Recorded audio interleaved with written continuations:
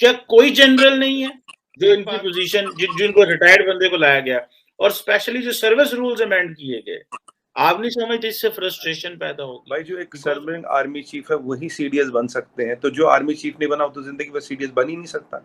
Then by default existing or a serving army chief could only become CDS, वो एक बंदा है, so this person will have a natural progression and part to CDS and nobody else। But अगर आप national security को देखें, अभी national security इसमें कई सारे डायमेंशंस, कई सारी चीजें मैंने आपको बताई जो एक छोटे से 5-7 मिनट में आपको बता सकता था ब्रॉडली, पर इसमें तो एक पूरा दिन का डिस्कशन भी हो जाए, वो भी कम है।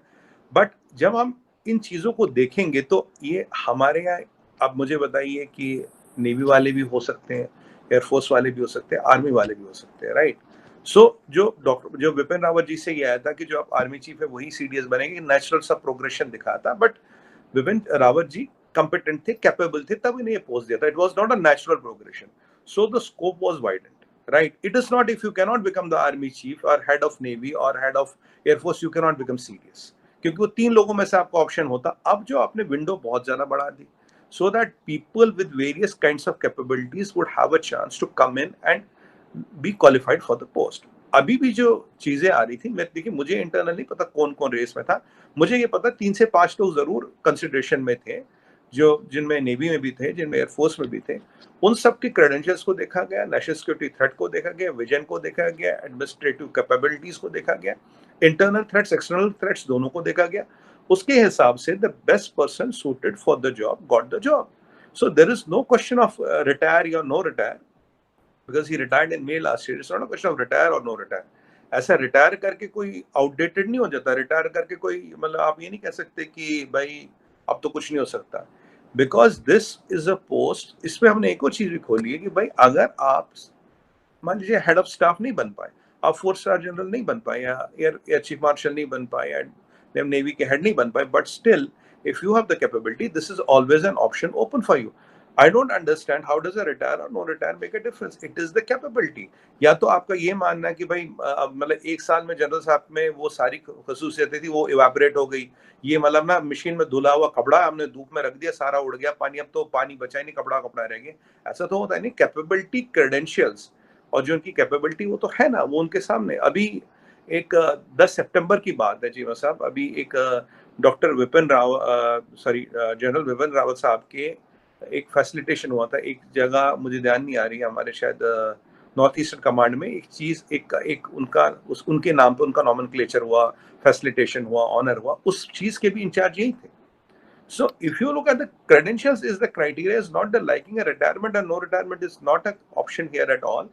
And others people who are considered, I don't know how many of them were retired and how many were they were serving. So the selection is done on the logical process wherein the most suited person should get the job। और आप देखते हैं विपिन रावत जी के बारे में क्या बताऊं, मतलब मैं छोटा सा आदमी क्या उनके बारे में बताऊं, बट आप जनरल वीके सिंह की बात करें, किसी की भी बात करें, they are all men of class, the men of honor।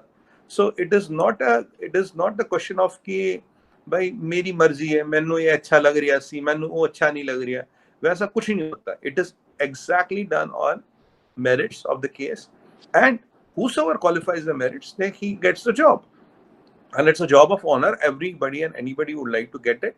The good thing today is that not only serving officers but the officers जो आपने क्राइटेरिया बताया, चलिए मेरे को रिपीट करने की जरूरत है, उसमें जो भी आते हैं, he is a contender or she is a contender, whoever is there can get to this job, and this is a honor, this is a pride to be a CDS of the Indian Army। बिल्कुल ठीक।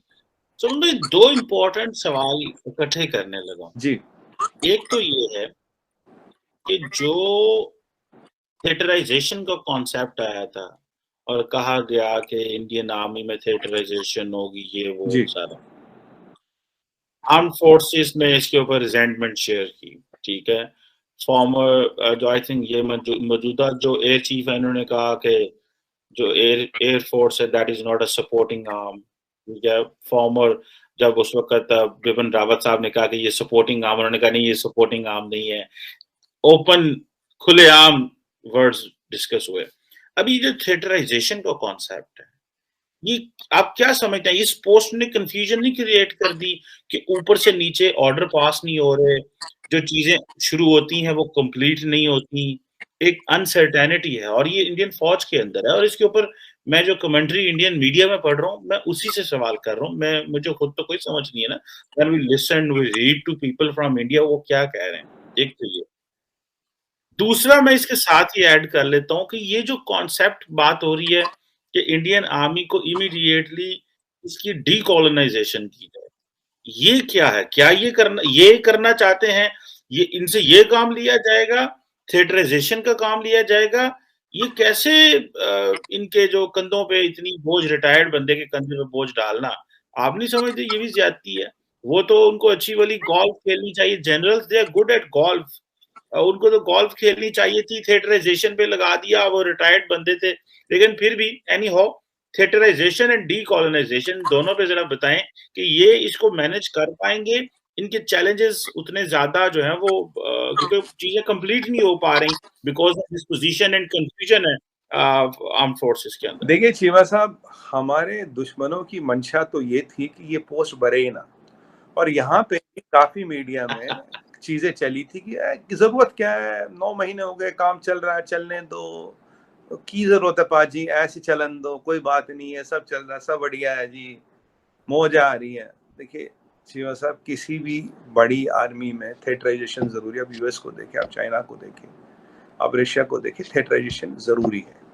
Theatrisation के बिना आप इतनी बड़ी army efficiently नहीं चला पाओगे। इतना बड़ा आर्म फोर्स, आर्मी की जब मैं बात करता हूँ, मैं तीनों फोर्सेस की बात कर रहा हूँ। ये सवाल नहीं उठता कि कौन ये सपोर्ट फोर्स है, कौन अटैक फोर्स है, ये सवाल नहीं, ये डिपेंड करता है सिचुएशन पे। आप बालाकोट की बात करें तो बालाकोट में जो एयरफोर्स था, that was the strike force. आप सर्जिकल की स्ट्राइक्स की जो सर्जिकल स्ट्राइक्स हुई थी, उसमें army was the strike force.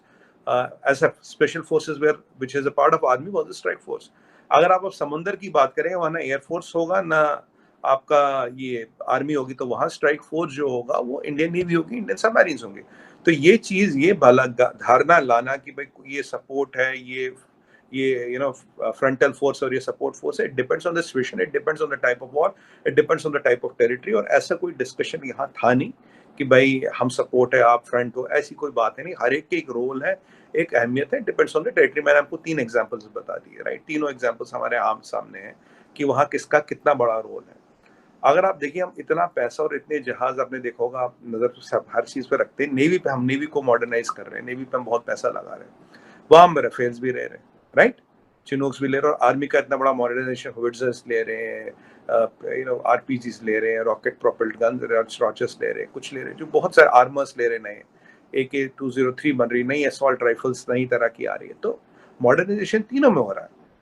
अब ये जो है, यहाँ इस चीज के आने से क्या होगा चीमा साहब, देखिए हमें लद्दाख में between army, navy and air force example में बात करूं, how much of army, how much of air force and how much of navy resources do we need, and they should be interlinked and interconnected, right? अभी क्या है, अभी थोड़ा forces हमारे isolation में चलते हैं। नेवी का अपना बजट है, एयरफोर्स का अपना बजट है, आर्मी का अपना बजट है। वो कहता है जी मेरी नेम है जी, मेरे को जी एयरक्राफ्ट कैरियर बनाना है। एयरफोर्स वाले कहते हैं जी मेरे को जी जहाज लेने हैं, और आर्मी वाले कहते हैं जी मुझे मान लीजिए होविट्जर्स लेने हैं। ये हमारी सबकी प्रायोरिटी। बट जब ये थिएटर कमांड्स बनते हैं, जब प्रायोरिटाइजेशन होती है, तब हमारे पास मान लीजिए $100 बिलियन है, हमें $50 बिलियन का कैपेक्स लेना है।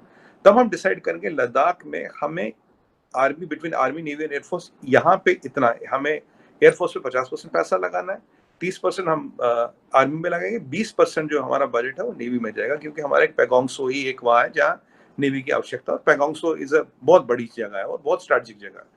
अब यहाँ हम नीचे साउथ में आते हैं, तो साउथ में हमारा 70% spend should be on the navy, another 15 to 20% on the air force, and another 10 to 15% on the army.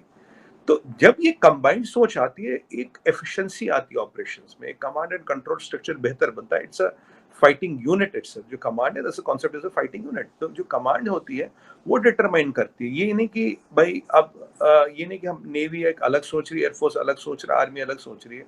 आपने देखी border picture, battle of Longewala की पे बनी थी, तो उसमें वो देखा इंडियन एयरफोर्स सुबह आ पाता, क्योंकि तब तक आर्मी संभाल रही है। अगर वहां एक थिएटर कमांड होता तो वहां वो जहाज डिप्लॉयड होते हैं, वहां वो चीजें डिप्लॉयड होती है जो नाइट में भी फाइट कर सकते हैं। तो we won the war. But सवाल ये है कि आपको ऑप्टिमाइजेशन ऑफ रिसोर्सेज करना, कॉस्ट को बचाना, और आपके साथ आपको टेक्नोलॉजी लानी है, आपको कैपिटल एक्सपेंडिचर ज्यादा करने हैं, आपको टेक्नोलॉजी ट्रांसफर्स करनी है, आपको इंडिजिनेशन ऑफ टेक्नोलॉजीज करनी है। मैं आपको बताऊं चीमा साहब, एक टाइम था, आज से 7-8 साल पहले, 10 साल पहले की बात करूं, 70 से 80% नेवी का असला इंपोर्ट होता था। आज 8 साल में, 7 साल में द क्लॉक हैज टर्न, 80% से ज्यादा असला यहाँ बनता है। इंपोर्ट की जरूरत नहीं। 3 फायदे, आपकी डिपेंडेंस इंपोर्ट्स पे घटती है, आप पैसे कम देते हो, आप टेक्नोलॉजी को डेवलप करते हो, प्रोडक्ट को डेवलप कर सकते हो जो आप इंपोर्टेड प्रोडक्ट को नहीं कर पाओगे। करीब अभी 800 से 1200 चीजें ऐसी है मोदी जी के आने के बाद which are banned from import, you can not import them. एक टाइम में हम आईसीबीएम तो बना लेते थे पर बुलेट प्रूफ जैकेट बाहर से लेते थे। अब सुनिएगा, आईसीबीएम बनाने की कैपेबिलिटी है आप में, मंगलयान भेजने की कैपेबिलिटी, 104 सैटेलाइट स्पेस में भेजने की कैपेबिलिटी, पर बुलेट प्रूफ जैकेट आप इंपोर्ट करते थे। आपको पता है इंडिया ने 30 साल में तक होविट्जर गन नहीं लिया, एक के बाद एक स्कैम, एक के बाद एक स्कैम, एक के बाद स्कैम। अब होविट्जर गन यहाँ बनता भी और जो जितनी हमें जरूरत है उतनी एक्सपोर्ट भी किया। अब राफेल की बात करें, वो करें। कहने की बात यह है कि जहां जितना चाहिए, जैसे चाहिए उसको किया जाए, उस पर डेवलप किया जाए। Let people think as a group. और सिक्योरिटी चैलेंजेस चीमा साहब अब दो तरह के, सिक्योरिटी चैलेंजेस एक्सटर्नली नहीं है, सिक्योरिटी चैलेंजेस आपके इंटरनल भी है। और हमारे एक स्ट्रेटेजिक कमांड भी होती है। आप तो पता है स्ट्रेटेजिक कमांड क्या करता है। तो स्ट्रेटेजिक कमांड के एसेट्स का भी कहां कहां कैसे कैसे डिप्लॉयमेंट किया जाए, कहां थ्रेट परसेप्शन ज्यादा, कहां थ्रेट परसेप्शन कम है। अब स्ट्रेटेजिक कमांड की जो आर्सनल होता है उसमें न्यूक्लियर आर्सनल भी आता है। अब वो आर्सनल कैसे डिप्लॉय किया जाए, उसके व्हीकल्स क्या हो, उसकी स्ट्रेटेजिक लोकेशंस क्या हो। लोकेशन तो आपको बदलती रहनी पड़ेगी ना, you keep on changing the locations. जब तक ये कंबाइंड सोच नहीं आएगी तब तक ये नहीं होगा। और ये सब कहने की बातें कि कोई फिक्शन कोई फ्रैक्शन कहीं नहीं है, सबने इसका स्वागत किया। और एक और चीज है कि अब लेफ्टिनेंट जनरल लेवल के व्यक्ति भी है, या वाइस एडमिरल हो, या हमारे वाइस एयर मार्शल हो, उस लेवल के व्यक्ति भी सीडीएस बन सकते हैं। एक दरवाजा खोला गया, एक हॉरिजन को बड़ा किया गया। And this is what is logical and fair. Anybody with capabilities, any person can come and become. So I don't see where is an issue of it. This will smoothen the machinery. This will make the machinery more efficient, more resilient, and more ready, because our threat perception is from the east.